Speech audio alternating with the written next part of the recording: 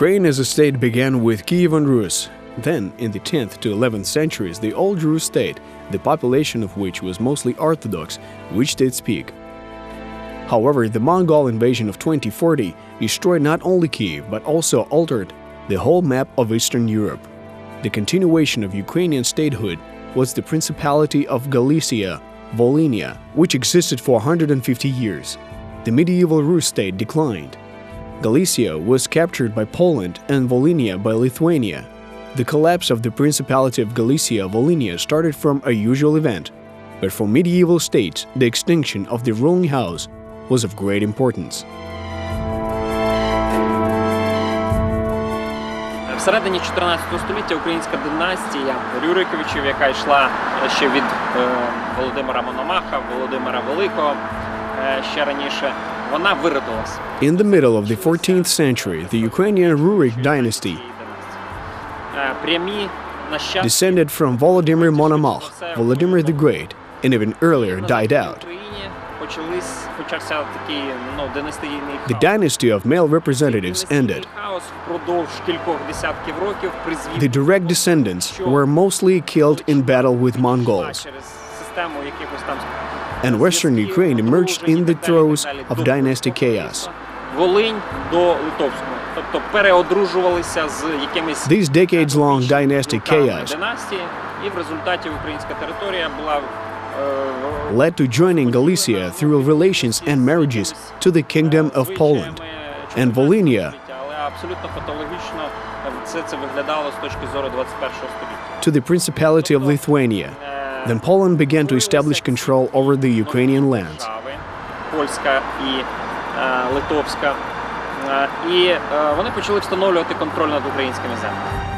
At the turn of the 15th and 16th centuries, it was obvious that the Grand Duchy of Lithuania was declining. In the 1560s, the growing crisis reached a critical limit when Lithuania had a long war with the Principality of Muscovy. Under the pressure of Moscow invasion threat, the Lithuanians turned to Poland for assistance. The Poles agreed, but on condition of the unification of Poland and Lithuania into a single state. Після того, як почалося напруження між українською і литовською знаттю, in the late 15th century, tension between the Lithuanian and Ukrainian nobility grew, and then Lithuania found itself in a war with Muscovy. It was the so-called Lithuanian War, and Poland took advantage of this. It actually supported Lithuania in the war with Muscovy, which in the end lost the Lithuanian War. But in exchange for this, Poland receives vast territories. Але в обмін на це отримала для себе величезні території. The newly formed state was called Rzeczpospolita and was established by the 1569 Union of Lublin. According to this act, almost all Ukrainian lands came under the control of Poland. Фактично, Литва залишилась контролювати виключно Білорусь. In fact, Lithuania retained control exclusively over Belarus. It practically did not control Ukrainian lands except for a small strip, the main part of which came under the protectorate of Poland in 1569. Фактично, це був кінець литовської великодержавності. Це було перетворення Литви на якусь таку державу дуже, як то кажуть, дрібнотравчату, без особливих амбіцій. І литовці пішли на це для того, щоб зберегти свої маєтки, свої посади, свої привілеї. І просто в силу того, що вони не дуже могли витягнути війну з московитами, тим більше війну на два фронти – і проти Польщі, і проти Московії. От, власне кажучи, так закінчилась великодержавність Литви. On the one hand, the conclusion of the Union of Lublin contributed to the integration of central Ukrainian lands and local nobility in the Western European community. On the other hand, the problems of faith and language assumed certain acuity. Then the Catholic Church tried to draw new supporters from Ukraine. Jesuit schools and colleges were opened in the cities of Lviv, Kamenets-Podilsky, Vinnytsia, Bar, Lutsk, and Kyiv. Many Ukrainians who received education in them had the opportunity to continue their study in Western European universities. The Ukrainian gentry was Polonized, while the Ukrainian nobility was sensitive to its social status. The Polish state considered the link with the Orthodox religion and national culture a sign of it being second-rate. This deeply affected aristocratic self-esteem. This led to the Ukrainian nobility adopting Catholicism and the Polish language and culture. Those times were marked by the active spread of European Protestantism on Ukrainian territory. Українська еліта After joining Poland, the Ukrainian elite were in a rather difficult situation. Why? Because Poland became a very powerful country, not only in Eastern Europe, but in Europe as a whole. On the one hand, there was France, and on the other hand, Poland. The latter was a very powerful, majestic state in the 16th century. Being a part of this state, Ukrainians had less opportunities to defend themselves than Lithuania. Moreover, the accession to Lithuania took place in accordance with covenants officially signed by Lithuanian princes. Don't destroy antiquities, don't introduce novelties, appoint Kyivans only to rule the Kyiv Principality, and Volhynians in the Volhynian Principality, etc. That was not the case in Poland. There was a policy of centralization that was strengthened by the economic policy at the time. Accordingly, the economic interest and political ambitions and the desire to break into the life arena encouraged such prominent Ukrainian families as Slutsky, Zborashsky, Zaslavsky, Czartoryski, Masalsky, Horsky, Lukomsky, and others to integrate into Polish society. It seemed that only the Orthodox Church, with its powerful national identity, was an obstacle to such a course of events, but the Church was in deep decline. Then Orthodoxy, the Ukrainian language, and national customs were connected only with common people. Despite this, the Polish Catholic expansion in Ukraine and the process of assimilation of the Ukrainian elite incited the anxiety and resistance of the patriotic gentry, the Orthodox clergy, the Cossacks, and even magnates. Among them were the Ostrożsky princes. Князі Острозькі практично до смерті їхнього останнього найвизначнішого The Ostrożsky princes, until the death of their last prominent representative in the 1600s, тобто вони пам'ятали і про своє походження remained a center of Ukrainian identity. Київської Русі і про православну віру. They remembered their origin from the Kyivan Rus princes, the Orthodox faith, and the need to maintain their Rusin, as they called them back then, letters, and culture, as well as the establishment of schools and so on. Moreover, they had estates that were larger than those of the Polish magnates in Ukraine. That is, the Polish magnates couldn't compete with them before the early 17th century. І завдяки цьому Україна не виглядала в той час як повністю так окупована.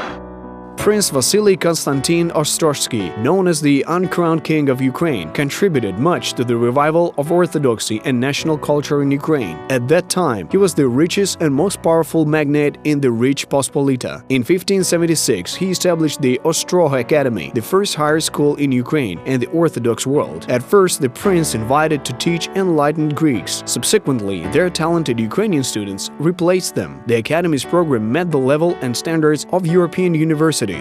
It included the Greek, Latin, and Church Slavonic languages, grammar, rhetoric, mathematics, music, and astronomy. Particular attention was given to dialectics. It was then called the art of dispute.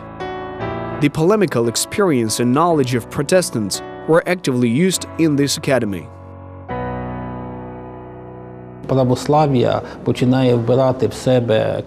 Orthodoxy began to absorb the best achievements of Western European culture, which were attributed to both Catholics and Protestants. By the way, Vasily Konstantin Ostrożsky cited some Protestant denominations as an example. He said, they have schools, they have educated presbyters, they publish books, and he tried to do the same.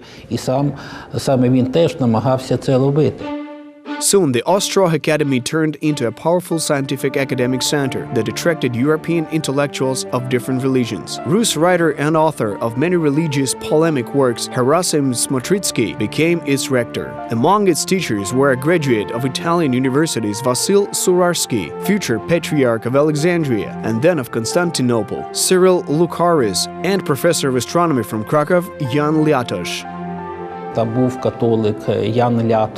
There was a Catholic named Jan Latoš, who was a well-known mathematician and astronomer and worked at the Krakow Academy.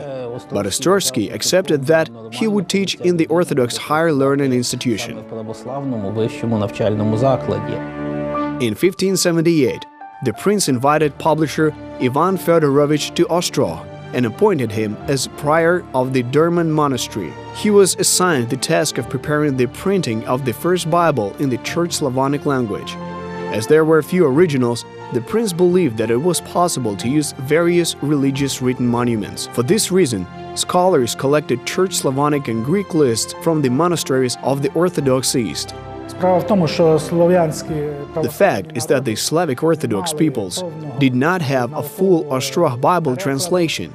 This required the long-term work of the scientists of the Ostrog Academy, headed by its rector Herasim Smotritsky, in order to collect the manuscripts of biblical books around the world, edit them, and retranslate those texts that were translated poorly. Given this, it was long and arduous academic work.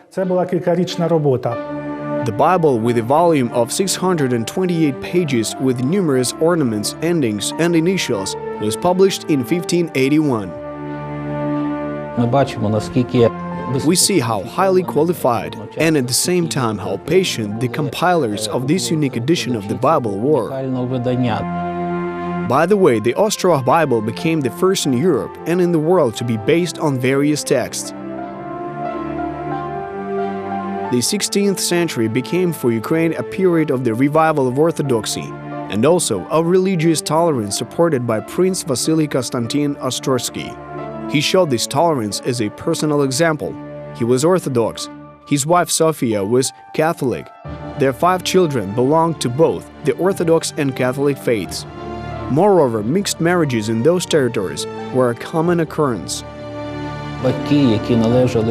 Parents professing different religions agreed to baptize, for example, their daughters in the Orthodox Church and their sons in the Catholic Church, or vice versa. And this happened simultaneously with the religious wars that were raging throughout Europe. Let's recall England, which suffered from brutal wars between the Protestants and Catholics. There were nothing like that in Ukraine. So it can be safely said that Ukrainians or migrants from Ukraine taught Europeans the commendable principle of religious tolerance. Thanks to the efforts of Prince Ostorsky, the interconfessional world reigned on his lands that covered the territory of Ukraine and partly Lithuania and Belarus, so Orthodoxy reached its heyday in the times of Prince Vasily Konstantin Ostorsky. Historians and religious scholars call that period the Golden Age of Orthodoxy. Poland, Lithuania, Belarus, and Ukraine honor the memory of the political and cultural figure, great philanthropist, and Ukrainian Prince Vasily Konstantin Ostorsky.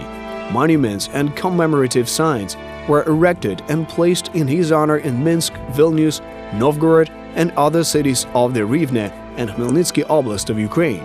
There is the Prince Ostorsky Charity Foundation in the Polish city of Białystok.